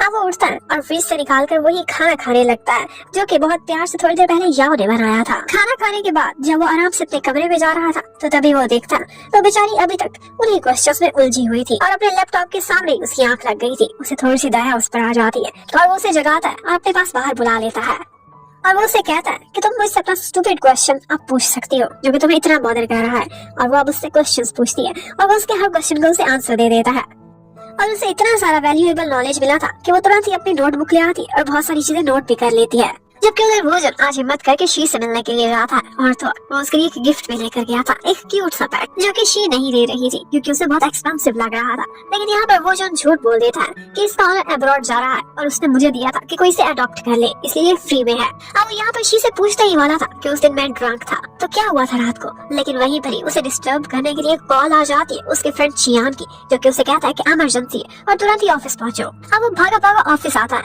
लेकिन आते उसे लगा था कि बहुत बड़ी न्यूज मिलेगी, लेकिन न्यूज क्या मिलती है कि चियान कहता है कि मुझे कल नींद आ गई थी और पता है मुझे अपने नींद आने का राज भी पता चल चुका है। अब ये सुनते ही वोजुन का काफी मूड खराब होता है कि इसने मुझे इंटरप्ट किया सिर्फ इतनी सी बात बताने के लिए। इतने में ऊपर से याओ भी आ जाती है जो कि ऑफिस में आना चाहती थी और वोजुन तुरंत ही निकल जाता है कि हाँ हमारी तो मीटिंग ओवर हुई। अब याओ उसे सारी न्यूज दे देती है, उसने जो भी इन्वेस्टिगेशन करी थी उस सेलिब्रिटी के हस्बैंड की प्रॉपर्टीज के बारे में, और ये सारी बातें वोजुन भी बाहर खड़ा होकर सुन रहा था। थोड़ी देर बाद वो अंदर आता है और कहता है देखा मैंने तुम्हारे लिए कितनी अच्छी असिस्टेंट ढूंढी, बहुत यूजफुल है। और वो दूसरे मीटिंग्स में कहने लगता है कि हाँ यूजफुल तो बहुत है लेकिन उसे नींद लाने में। अब यहाँ पर वो जरूर से इशारे में पूछने लगता है कि क्या इसे देखकर तुम्हें कभी पास्ट का कोई शैडो नजर आया? अब इस बात का क्या भी नहीं है तो मैं आगे जाकर पता चलेगा, लेकिन वो बदले में वो जरूर कह देता है कि तुम बस चंगशी पर नजर रखो, मेरे पास्ट में जाने की कोई जरूरत नहीं। अब नेक्स्ट डे दोबारा से वो सेलिब्रिटी उनके ऑफिस में आती है कंसल्टेशन के लिए और अब उसको चियान यही मशवरा देता है कि अभी तुम कुछ महीने रुक जाओ और उसके बाद तुम डिवोर्स के लिए फाइल करना, क्योंकि इन दिनों उसके हस्बैंड के लिए बहुत क्रिटिकल मोमेंट चल रहा था उसके बिजनेस को लेकर। अगर उसके बिजनेस को लॉस हुआ तो जो पैसे इसको मिलेंगे आधी प्रॉपर्टी वो भी लॉस में जाएगी, और अगर वो कुछ महीने इंतजार कर ले तो उसे बहुत ज्यादा पैसा मिल सकता है। ये सुनकर वो सेलिब्रिटी काफी दुखी हो जाती है क्योंकि उसे लगता था कि सिर्फ बात पैसे की नहीं बल्कि दिल का भी मामला है। और वो यहाँ पर बाहर जाते जाते याओ से कुछ दिल की बातें करती है क्योंकि उसे लगता था कि वो गर्ल है और उसकी बातें समझ सकती है और वो सीक्रेट भी रखेगी, ये याओ ने उससे बोला था। वो उसे बताती है कि किस तरह से जब मेरा हस्बैंड मुझे मिला था तो हम दोनों को बहुत जल्दी प्यार हो गया था और उसकी खातिर मैंने अपने कैरियर की परवाह किए बगैर बहुत जल्दी उससे शादी भी कर ली थी। लेकिन एक्चुअली वो बहुत मीन इंसान था, उसे मेरे से कोई प्यार नहीं था। अगर उसे प्यार था तो मेरे फेम से, और मुझे शादी करते उसका बिजनेस बहुत ऊपर चढ़ गया क्योंकि उसे फ्री की पब्लिसिटी मिल गई थी। उस जैसी टॉप स्टार उसकी ब्रांड एम्बेसडर बनी थी, उसका बिजनेस तो ऊपर जाना ही जाना था। लेकिन इन दी एंड उसे बहुत देर से समझ आई थी कि उसके हस्बैंड के हिडन मोटिव्स क्या थे। और उस सेलिब्रिटी की ये कहानी सुनने के बाद उसे अपनी सिस्टर चंगशी की याद आ जाती है। उसने भी डिवोर्स ली थी क्योंकि उसके हस्बैंड ने उसके साथ चीट किया था। अब थोड़ी देर तो वो सैर बैठी रहती है और उसके बाद शी को कॉल करती और कहती है कि इस वीक हम दोनों सैर करने के लिए जाएंगे। अब शाम को जैसे ही चियान छुट्टी करता है तो वह जाते हुए याओ से भी कहता है कि इतना काम ना किया करो, आई थिंक तुम्हें भी छुट्टी कर लेनी चाहिए, वर्क में और रेस्ट में तुम्हें बैलेंस रखना चाहिए। अब वो भी छुट्टी लेकर तुरंत ही उसके पीछे पीछे दौड़ पड़ती है, लेकिन यहाँ पर उन दोनों को देखकर एक कोलीग को थोड़ा सा शक हो रहा था क्योंकि आज से पहले चियान ने किसी भी वर्कर की इतनी परवाह नहीं की थी। एक्चुअली चियान आज जल्दी रेस्ट करना चाहता था, इसीलिए से जल्दी छुट्टी करा कर लेकर जा रहा था। कहता है कि घर पहुंचा और मेरे लिए खाना बना और आज उसे एक नई ऑफर भी देता है। कहता है कि हर मील के बदले मैं तुम्हें 2 स्टूपिड क्वेश्चंस करने का मौका दूंगा। और ये सुनते ही याओ बहुत खुश हो जाती है और वो साथ ही साथ एक क्लॉज नंबर 250 ऐड कर देता है उनके कॉन्ट्रैक्ट में और कहता है कि तुम जब भी रात का खाना बना रही होगी तुम्हें साथ में गाना जरूर गाना होगा। अब वो उससे वजह तो पूछती है लेकिन आंसर उसे शट अप में मिलता है। दिखाते हैं कि याओ और चियान दोनों इकट्ठे बैठे डिनर कर रहे थे और यही पर डिनर करते हुए याओ से इजाजत लेती है कि क्या मैं इस नए केस के बारे में आपसे कुछ डिस्कशन कर सकती हूँ, मेरे माइंड में कुछ क्वेश्चंस हैं। अब यहाँ पर जब वो चियान से बातें कर रही थी तो उसे रियलाइज होता है कि जैसे याओ का इस केस के साथ कुछ संबंध बन चुका है। उस एक्ट्रेस बाय के साथ लगता है कि इसे कोई इमोशनल अटैचमेंट हो गई है। वो उससे बोलने लगता है कि ये चीज बिल्कुल भी प्रोफेशनल नहीं है, हमारे बहुत सारे क्लाइंट्स लाइफ में आएंगे लेकिन वो इनोसेंट है या उनके साथ जुल्म हुआ था इस बात से हमारा लेना देना कोई नहीं है। और वैसे भी तुम्हें कैसे लगता है कि उसका हस्बैंड बहुत बुरा इंसान था? क्या तुमने उनकी लाइफ के अंदर घुसकर उनको देखा है? तुम उनको नहीं समझ सकती। हर कोई अपनी जगह पर ठीक ही काम करता है। अगर तुम किसी केस के साथ सेंटिमेंटल हो गई तो इस तरह तुम अनप्रोफेशनल हो जाओगी और ये मैं तुम्हें सजेस्ट नहीं करता। वो इस बारे में डांटते हुए काफी रूड भी हो गया था। यहाँ पे बेचारी याओ का मूड काफी खराब हो जाता है और वो चुपचाप वहाँ से उठकर चली जाती है। उधर वो जून को पता चलता है कि चेंगशी और उसकी सिस्टर वो दोनों कल अम्यूजमेंट पार्क सैर करने के लिए जा रही हैं। तो उसके माइंड में भी एक शैतानी आइडिया आ जाता है। वो चाहता था कि याओ की जगह चेंगशी का साथ मैं दूं उस पार्क में। तो वो तुरंत ही मिलने के लिए जाता है चियान से जो कि आर्चरी खेल रहा था। वो उससे कहता है कि कल लॉयर्स एसोसिएशन की मीटिंग है और इस इवेंट में आई थिंक तुम्हें जाना चाहिए। ऑल्दो चियान कहता है कि तुम अच्छे से जानते हो मैं ऐसी जगहों पर जाना बिल्कुल पसंद नहीं करता, इसके कौन सा पैसे मिलते हैं। अब वो जून भी बहुत स्मार्ट था। वो जानबूझकर कहता कि लॉयर्स एसोसिएशन का प्रेसिडेंट जैंग वो कह रहा था कि हमारी फर्म से लाजमी किसी को आना होगा क्योंकि फ्यूचर में होने वाली अप्रोचेस को लेकर बहुत यूजफुल हो सकता है। इसलिए मैं सोच रहा हूँ कि क्यों ना याओ को वहाँ भेज दूं। और जैसा कि चियान अच्छे से जानता था कि याओ बिल्कुल सीधी सादी सी लड़की है, जबकि प्रेसिडेंट उसको वहाँ पर एक शो पीस बनाकर यूज ना करे। इस बात को लेकर वो काफी इनसिक्योर फील करता है और उससे कहने लगता है कि ठीक है, पहली दफा तुम्हारे बार बार कहने पर मैं मान जाता हूँ, कल मैं चला जाऊंगा। लेकिन साथ ही साथ वो जून कहता है कि नहीं, वहाँ पर एक फीमेल और एक मेल दोनों लॉयर्स को जाना होगा, इसलिए याओ को भी साथ लेते जाना। अब जब याओ घर आती है तो उसके हाथ में एक बुके था जो देखते ही चियान को लगता है कि शायद ये मेरे लिए लेकर आई है, लेकिन वो कहती है नहीं, कुछ गलत मत सोचना, मैं इसे घर को डेकोरेट करने के लिए लाई हूँ। अब यहाँ पर चियान उसे बताता है कि आज लॉयर्स एसोसिएशन का एक इवेंट है और 9 बजे हमें वहाँ जाना होगा। अब याओ की तो अपनी सिस्टर के साथ अपॉइंटमेंट थी, लेकिन वो सोचने लगती है कि ऐसा मौका बार बार कहाँ मिलेगा, ये अपॉर्चुनिटी इतने बड़े इवेंट में जाने की मुझे हाथ से नहीं गंवानी चाहिए। अब वो अपनी सिस्टर को कॉल कर देती है और वो जो अम्यूजमेंट पार्क के बाहर उसका वेट कर रही थी, ऑफ कोर्स ये सुनकर एक दफा निराश तो होती है, लेकिन एक फोटो बनाकर वहाँ से निकलने की करती उससे पहले ही वो जो उसकी सेल्फी के अंदर एंटर हो जाता है। और यही तो उसका प्लान था। वो जानबूझकर याओ और चियान को उस इवेंट में भेज देता है और खुद उसके साथ आज का दिन बिताना चाहता था। जबकि दूसरी तरफ हमें चियान और याओ को दिखाते हैं। चियान तो उस पार्टी में बिल्कुल इस तरह से खड़ा हुआ था जैसे फिश आउट ऑफ वाटर हो।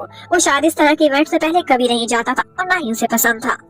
एक्चुअली चियान को ज्यादा गुस्सा उस वक्त आता है जब उसे पता चलता है कि कोई प्रोफेशनल इवेंट नहीं है, बल्कि सिंगल लॉयर्स का आपस में मैच मेकिंग इवेंट है। ये देखते ही वो कॉल तो करता है वो जो उनको गालियां देने के लिए, लेकिन वो तुरंत ही कॉल काट देता है कि सिग्नल बहुत बैड है। अब सबसे पहले तो वो कहते हैं कि मेल और फीमेल आमने सामने बैठेंगे और थोड़ा टाइम एक दूसरे से बातें करेंगे और एक दूसरे को समझने की कोशिश करेंगे। यहाँ पर बहुत सी गर्ल्स की नजर वहाँ के सबसे फेमस लॉयर चियान पर पड़ी हुई थी। अब कुछ गर्ल्स आती हैं बारी बारी और उससे पूछने की कोशिश करती हैं कि वो किस तरह की गर्ल्स में इंटरेस्टेड है। और चियान इतना सड़ू था कि जो लड़की उसके सामने बैठी होती थी वो हमेशा उसके ऑपोजिट क्वालिटीज बता देता था। छोटे बालों वाली को कह देता है कि मुझे लंबे और गाढ़े बाल पसंद है, जो कि कभी वो छोटे ना कराए। गोल फेस वाली को ओवल और मोटी लड़की को पतली की पहचान बता देता था अपने आइडियल को लेकर। बस इसी तरह से वो बहुत से छोटे छोटे दिल तोड़ता चला जा रहा था एक ही लाइन में।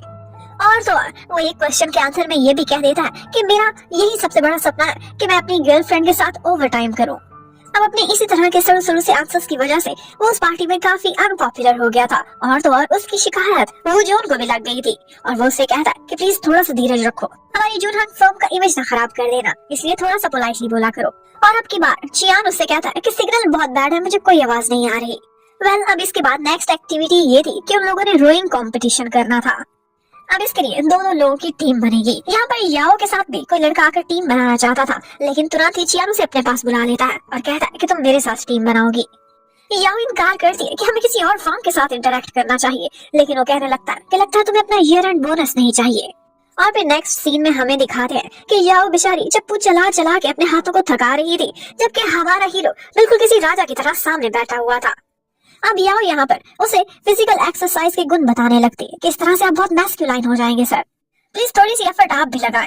लेकिन चियान का कहना था कि इस तरह के फजूल कंपटीशन अगर मैं हार भी जाऊं तो मुझे कोई फर्क नहीं पड़ता, ये कौन सा कोई केस है। अब यहाँ पर याओ उसे कुछ कह भी नहीं सकती थी, लेकिन अचानक से उसके हाथ से चप्पू छूट जाता है। अब वो ये चप्पू उठाने के लिए आगे बढ़ती है, चियान को लगता है कि ये गिर जाएगी, वो तो पीछे हट जाती है। बेचारा चियान सीधा पानी में जा गिरता है। अब वो ऐसे हाथ पैर मार रहा था कि जैसे उसे स्विमिंग ना आती हो, फिर भी अपने बॉस को बचाने के लिए याओ पानी में कूद जाती है। अब उसे अपने बॉस से काफी सारी डांट भी पड़ती है और उसके बाद दिखाते हैं कि वो दोनों भीगी बिल्ली बनकर एक साइड पर बेंच पे बैठे हुए थे। याओ को लगता था कि मेरी जान बचाने के लिए बॉस ने अपनी कुर्बानी पेश की है, लेकिन उसका कहना था कि ये सपने दिन में देखना बंद करो, ऐसी कोई बात नहीं। और इसके साथ ही वो याओ को ऑर्डर देता है कि यहाँ पर करीब ही कोई होटल तलाश करो। ये सुनते ही याओ खुद को कवर करते हुए कहती है कि नहीं सर, ऐसा नहीं हो सकता। तो चियान उससे कहने लगता है कि चाहे तुम मेरे लिए अंडरग्राउंड ही क्यों न चली जाओ, ऐसा नहीं होने वाला जो तुम सोच रही हो, मैं कपड़े चेंज करने की बात कर रहा हूँ। जबकि उधर वो जून को दिखाते हैं, वो एक भूत बंगले में जाते हुए डर रहा था, लेकिन ये बात चैंगशी को करते हुए शर्मा भी रहा था। लेकिन चैंगशी उसकी मानने वाली नहीं थी, तो वो बेचारा भी कांपती टांगों से उसके पीछे पीछे चलने लगता है। वो एक्टिंग तो ऐसे कर रहा था कि जैसे चैंगशी की सुरक्षा करने के लिए आया है, लेकिन जब भी कोई मुसीबत देखता था तो कस के उसके हाथ पकड़ लेता था। और जब वो बेचारा उस भूत बंगले से बाहर निकला था जिंदा सलामत, तो उसकी हालत कुछ इस तरह की थी कि जैसे बहुत बड़ा शौक झील के बाहर निकला हो। अब यहाँ पर चैंगशी उससे कहती है कि मैंने तुम्हारे बारे में बहुत गॉसिप सुनी है, लोग कहते हैं कि तुम अपनी फीमेल क्लाइंट्स में बहुत ज्यादा पॉपुलर हो, लेकिन वो आगे से कहने लगता है कि ये सब मेरे बारे में मिसअंडरस्टैंडिंग है, मिसकॉन्सेप्शन है, और जो कुछ भी हमारे बीच उस रात को हुआ था मैं उसके लिए जिम्मेदारी लेने को भी तैयार हूँ। अब इससे पहले कि उस रात का बोल खुल और उससे पहले उसे चियान की कॉल आ जाती है, जो उसे कहता है कि मेल और फीमेल दोनों का एक एक सूट लेकर आओ। पास खड़ी चैंगशी भी सारा कुछ सुन रही थी, और जब वो सुनती है कि ये लड़की के कपड़े खरीदने जा रहा है तो पता नहीं क्या क्या सोचने लगती है। अब वो जोन भी शौक में खड़ा हुआ था, उसे समझ नहीं आ रही थी कि चियान ने ऐसा कौन सा काम किया है कि उसे लड़की के भी कपड़े चाहिए और अपने भी। तो अब वो चैंगशी से सॉरी करता हुआ वहाँ से निकल जाता है कि मैं तुम्हें नेक्स्ट टाइम एक्सप्लेन कर दूंगा, प्लीज मेरे बारे में गलत मत सोचना। अब पहले तो याओ खुद को फ्रेश करके एक बाथरूम में बाहर निकलती है, और उसके बाद जब चियान अंदर जा रहा था तो वो उससे कहती है कि सर आप इतने शर्माते हुए जा रहे हैं, मुझे नहीं अंदाजा था कि आप जैसा बंदा इतना शर्मीला होगा। अफसोस तो उसे इस बात का था कि वो उसे इस नजर से देखता था कि जैसे वो कोई लड़की नहीं बल्कि एक ठड़की लड़का हो। अब जैसे ही वो जो उस होटल कमरे के बाहर आता है तो चियान सबसे पहले तो याओ को पकड़कर वॉशरूम में बंद कर देता है और कहता है कि मैं खुद ही ये डिलीवरी लूंगा। जबकि वो जो अंदर आते ही चियान पर चिल्लाने लगता है कि तुमने उस मासूम सी याओ के साथ क्या कर दिया है। और याओ भी बाहर निकल आती है। चियान का कहना था कि मेरा टेस्ट इतना भी बुरा नहीं। अब ये सुनकर तो याओ को भी अपनी इंसल्ट फील होने लगती है। वो कहती है कि इसी बिलो द स्टैंडर्ड लड़की ने आपकी जान बचाई है। और बस उनकी लड़ाई स्टार्ट। वो जो बहुत मुश्किल से दोनों को शांत कराता है और उसे पता चलता है कि वो सिर्फ पानी में गिर गए थे। अब यहाँ पर बेचारे चियान की हालत भी थोड़ी खराब थी, उसे फ्लू भी हो गया था। और फिर नेक्स्ट डे ऑफिस में न सिर्फ चियान को कोल्ड था बल्कि उसके साथ साथ याओ को भी ये फ्लू हो चुका था। अब शाम को वो घर में बैठी अपनी जिंजर टी एंजॉय कर रही थी अपने गोल्ड के लिए, तो ऊपर से चियान आता है उसे भी ऑफर करा देती है। पहले तो वो इनकार करता है, फिर थोड़ी देर बाद यस बोल देता है, लेकिन तब तक वो अपनी टी खत्म कर चुकी थी। अब यहाँ पर वो दोनों बैठे भी बातें कर ही रहे थे कि इतने में घर के बाहर से किसी लड़की की आवाज आने लगती है जो कि बार बार चियान को बुला रही थी। ये सुनते ही चियान का मूड खराब हो जाता है, कहता है कि इसे इग्नोर करो, लेकिन याओ जान जाती है कि लगता है आपकी एक्स गर्लफ्रेंड है। अब याओ तो बाज आने वाली नहीं थी, वो जाती है और तुरंत ही दरवाजा खोल लेती है। वो देखना चाहती थी कि ये लड़की कौन है, कैसी दिखती है। जबकि उसी टाइम पर चियान अपने एक्स को मैसेज कर देता है कि प्लीज मेरी गर्लफ्रेंड को डिस्टर्ब ना करना, हम दोनों लिविंग रिलेशनशिप में, मैं उसे बहुत प्यार करता हूँ। जबकि वो लड़की जब याओ पर चिल्ला रही थी तो याओ से बार बार कहती कि नहीं ऐसा कुछ भी नहीं है, हम दोनों रिलेशनशिप में नहीं है, हाउसमेट्स हैं। लेकिन वो कहने लगती कि मुझे सारी हकीकत पता है, मुझे चियान ने खुद बता दी है। अब यहाँ पर वो गर्ल डोंग उसे यही कहने लगती है कि उसकी तुमसे शादी तो नहीं हुई ना, इसलिए अभी तक भी मौका मेरे हाथ में है, मैं एंड तक फाइट करूंगी और मैं डोंग चियान को अपने हाथ से निकलकर किसी के हाथ में नहीं जाने दूंगी। वो उसे वार्निंग देती हुई वहाँ से निकल जाती है, जबकि याओ बस यही सोचती रहती है कि ये क्या कहकर चली गई। अब याओ चियान से पूछने लगती है कि आपने उसे क्यों गलत मैसेज किया, मैं तो आपकी गर्लफ्रेंड नहीं। तो वो कहता है क्योंकि मुझे पता था जिस काम से मैंने तुम्हें मना किया है दरवाजा खोलने से वो तुमने जरूर खोलना है। और यहाँ पर चियान कहने लगती है कि अच्छा तो मुझे अब समझ आई कि आप इतने छोटे से घर में मेरे साथ शेयरिंग क्यों करके रहते हैं, आप इस लड़की को अवॉइड कर रहे थे, लेकिन अब तो इसको यहाँ का भी पता चल गया है। लेकिन आगे से चियान कहता है कि ऐसा वैसा कुछ भी नहीं है, ये सिर्फ और सिर्फ मेरे एक क्लाइंट की बेटी है जो कि मुझे परसू कर रही थी, मैंने इसे रिजेक्ट किया पर मुझे चिपक ही गई है, जान ही नहीं छोड़ती।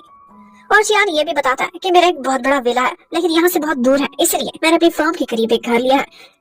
याओ को लगता था कि अगर इस लड़की से बचने के लिए यहाँ पर रह रहा था तो अब तो रहने का कोई मतलब नहीं बनता, वो ये जगह का पता जान चुकी है। अब याओ को शक होने लगता है कि कोई तो वजह है कि मेरा बॉस यहाँ पर रहने को बार बार इंसिस्ट कर रहा है। अब एक दिन याओ कुछ डॉक्यूमेंट्स चेक कर रही थी तो उसे पता चलता है कि अंदर एक साइकियाट्रिस्ट की भी फाइल है जिसके साथ उन्होंने कुछ लेन देन में रिफंड किया हुआ था। अब इसी बारे में वो चेक करने के लिए उसको कॉल कर दिया तो पता चलता है कि एक्चुअली चियान उसी साइकियाट्रिस्ट से अपने इंसोम्निया की बीमारी का इलाज करा रहा था और वो कहता है कि अब मैं तुम्हारे बॉस का इलाज नहीं करूंगा, इसलिए मुझे दोबारा कॉल ना करना, वो मेरी इंसल्ट करके गया था। उसी टाइम पर चियान आता है और उससे कहता है कि मेरे लिए खाना बनाओ और गाना भी गाओ।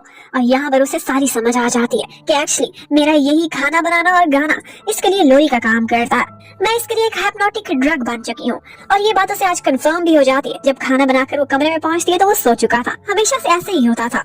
अब नेक्स्ट मॉर्निंग चियान उठता है और किसी बात को लेकर उस पर गुस्सा करने लगता है, लेकिन याओ आज बहुत चिल मूड में थी क्योंकि ऑफ कोर्स उसे अपने बॉस का वो डार्क सीक्रेट पता चल चुका था जो कि वो काफी दिनों से जानना चाहती थी। अब ऑफिस में भी कुछ लोग गॉसिप्स कर रहे थे और एक तो याओ के पास आकर कहने लगता है कि मुझे ऐसा लगता है कि जैसे कुछ दिनों से हमारे बॉस काफी बदले बदले से हैं और एक तो दफा तो वो एक मीटिंग के लिए भी लेट हो गए थे, इतनी गहरी नींद तो वो पहले कभी भी नहीं सोए थे। ये सब सुनने के बाद याओ बस एक मिस्टीरियस स्माइल दे देती है। अब उसके बाद हमें दिखाते हैं कि आज चियान से मिलने के लिए कोई आता है और वो उसी सेलिब्रिटी का हस्बैंड था जिसका नाम मिस्टर शू था। वो अपने लॉयर के साथ वहाँ पर आया था उनसे सेटलमेंट पर डिस्कशन करने के लिए। वो कहता है कि मैं उसे पूरी एलिमनी देने के लिए रेडी हूँ, लेकिन मैं ये नहीं चाहता कि हम लोग न्यूज में आए और उस वजह से सेलिब्रिटी बाय का इमेज खराब हो। अब जो कुछ वो अपनी वाइफ को ऑफर कर रहा था उस लेटर में लिखा हुआ था। जैसे ही चियान वो लेटर देखता है वो कहता है तो ये सेटिस्फैक्ट्री, लेकिन फिर भी हम ये एक्सेप्ट नहीं करने वाले, जबकि मिस्टर शू की ये डिमांड थी कि उनका ये इशू कोर्ट में जाए बगैर बाहर ही सॉल्व हो जाए। तब हमें पता चलता है कि यहाँ पर एक बात नोटिस की थी चियान ने और वो ये थी कि उसके असिस्टेंट याओ दूसरे लॉयर को जरा स्माइल करके देख रही थी और वो भी उस पर नजरें गाड़े हुए था। पर अब थोड़ी देर बाद जब वो वहाँ से चले जाते हैं तो यहाँ पर याओ चियान से पूछने लगती है कि आपने ये ऑफर क्यों रिजेक्ट कर दी थी। वो कहने लगता है कि एक्चुअली मेरी क्लाइंट किसी भी तरह की डील में बिल्कुल भी इंटरेस्टेड नहीं है और वो इन पर लीगल केस करना चाहती है, तो ऑफ कोर्स मैं उसी का ही साथ दूंगा, इसलिए मैं इनको टाल दिया। और साथ ही साथ उसे ये भी कह देता है कि मैंने कहा था ना प्रोफेशनली रहना, तुम यहाँ पर फ्लर्ट करने की कोशिश कर रही थी। तो आगे से या उसे कहने लगती है आई स्वेयर बॉस ऐसी कोई बात नहीं है, वो लड़का सिर्फ और सिर्फ मेरा एक सीनियर था, हम लोग एक यूनिवर्सिटी से थे। अब चियान को इस बात ने डिस्टर्ब तो बहुत किया था, वो एक्सप्लेनेशन सुनकर तसल्ली में आ जाता है, लेकिन साथ ही साथ ऑकवर्ड भी फील करता है कि मैं इसकी पर्सनल लाइफ में क्यों इंटरफेयर कर रहा हूँ। अब बेचारी याओ को अपने बॉस पर गुस्सा तो बहुत आता है, लेकिन निकाल भी नहीं सकती थी। और फिर उसके बाद हमें दिखाते हैं कि चेंगशी को थोड़ी इमरजेंसी हो गई थी, जिसकी वजह से वो अपना पेट डॉग आज याओ को दे जाती है और कहती है इसी कुछ दिन के लिए केयर कर लो। अब याओ उसे चोरी चोरी अपने कमरे में ले आई थी, उसे तो पेट से कोई प्रॉब्लम नहीं था, लेकिन उसे लगता था कि शायद मेरे बॉस को डॉग्स बिल्कुल भी पसंद नहीं होंगे क्योंकि वो पहले ही खड़ूस टाइप का इंसान है। और वाकई कुछ ऐसा ही था। घर आते चियान को ऐसे लगने लगता है कि जैसे पपीज की स्मेल आ रही है। वो कहने लगती है कि हाँ बिल्कुल आपके बैग पर ये जो टॉय लगा हुआ है इससे आ रही है। वो कहता है मुझे इस तरह की शो ऑफ का कोई शौक नहीं, ये तो एक क्लाइंट ने यहाँ पर लगा दिया था। और जाते जाते उसे वार्निंग भी दे जाता है कि यहाँ पर पपी रखने का सोचना भी नहीं। लेकिन अब याओ के लिए वो डॉग छुपाना बहुत मुश्किल हो गया था। वो डॉग आवाजें भी निकालता था ऑफ कोर्स, और यही आवाज जब बाहर खड़ा हुआ चियान सुनता है तो वो पूछने लगता है याओ से कि तुम क्या कर रही हो। तो याओ कहती है कि मैं खुद ही डॉग जैसी आवाजें निकालने की प्रैक्टिस कर रही हूँ।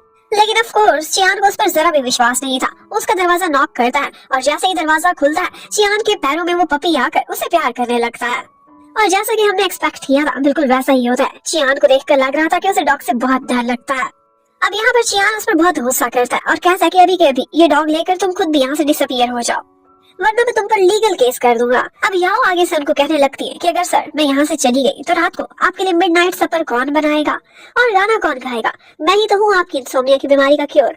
अब ये सुनते ही चियान तो हैरान रह जाता है, उसका राज इसे पता चल चुका था। वो उसे कहता है कि इस बात का तुम्हारे पास कोई एविडेंस नहीं और तुम बिना वेरिफिकेशन के पता नहीं क्या क्या अज्यूम कर रही हो। लेकिन फिर वो इस बारे में सोचता है और थोड़ी देर बाद उसे मैसेज करके डॉग को और उसको वहाँ रहने की इजाजत दे देता है।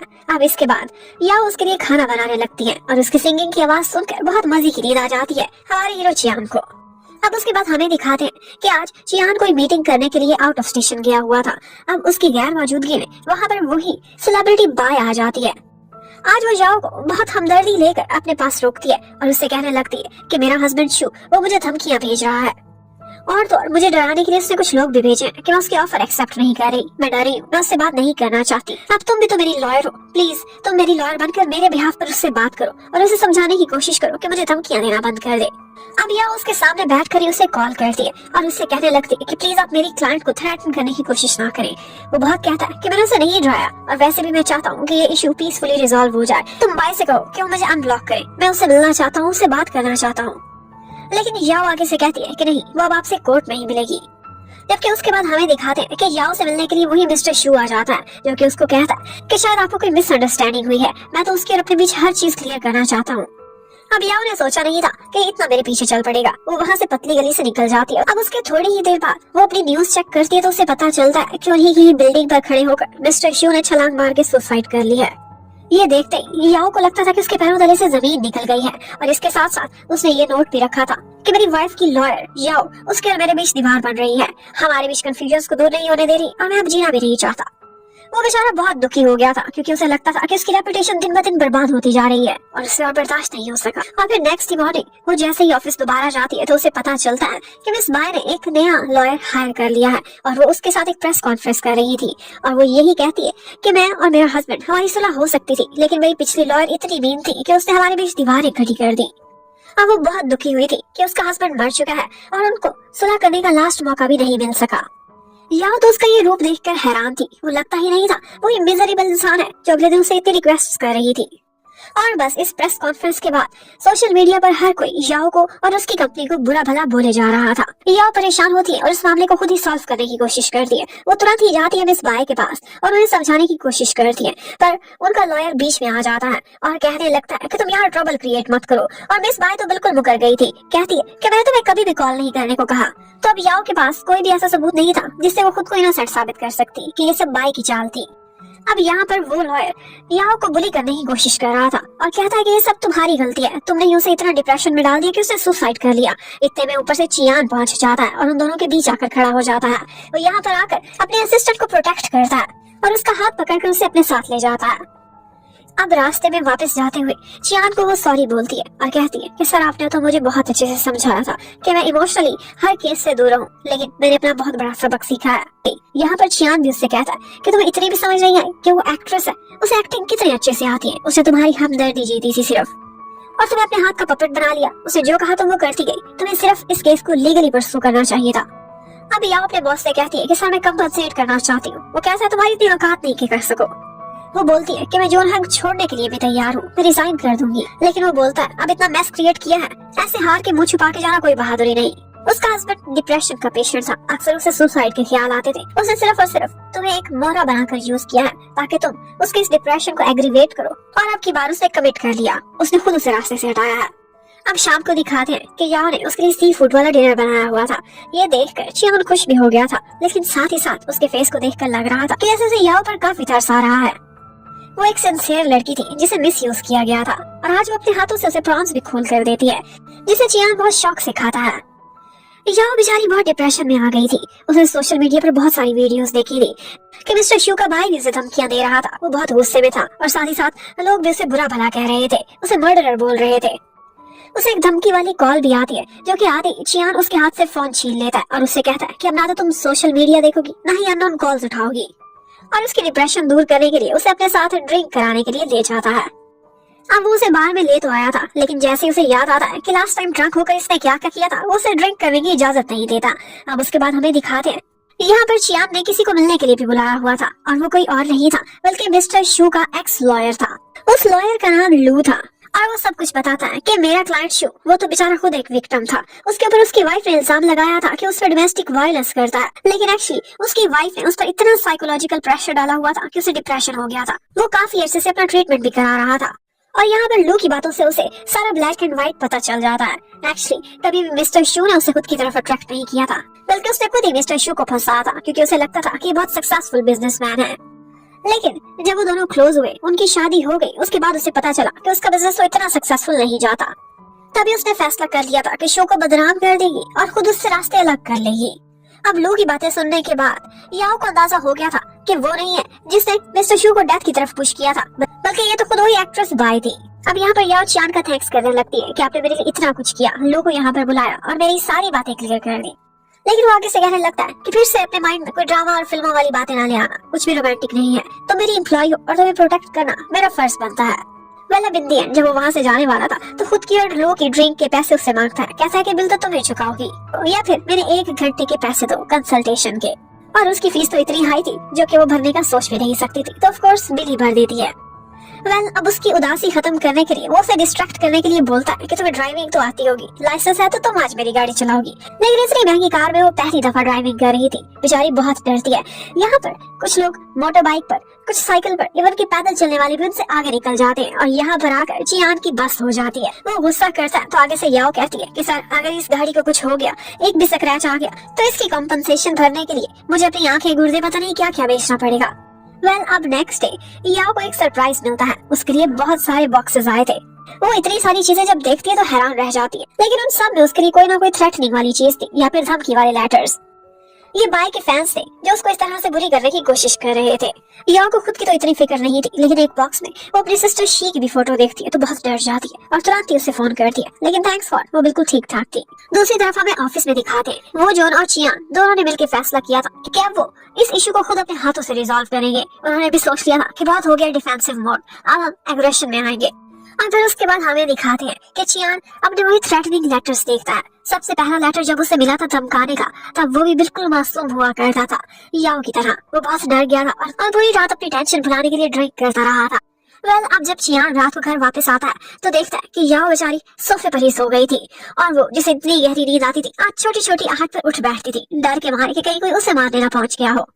और तो वो आज ग्रोसरीज लेने भी नहीं गई थी। तो अब के बाद चियान उसे अपने साथ लेकर जाता है सुपर स्टोर में और कहता है कि हम इकट्ठे शॉपिंग करेंगे। लेकिन लगता है कि जैसे पहली दफा आया था, एक मोटी सी आंटी उसे टक्कर मार के गुजर जाती है। वो तो कहता है कि मैं आप पे केस कर दूंगा, लेकिन किसी तरह से याओ आकर बीच बचाव करा लेती है। वो कहता है कि तुम डर क्यों गई, लेकिन इतने में उस आंटी को किसी और से फाइट करते देखता है तो खुद पतली गली से निकल जाता है। उसे अब समझ आती है कि याओ ने उसे किस मॉन्स्टर ट्रक से टकराने से बचाया है।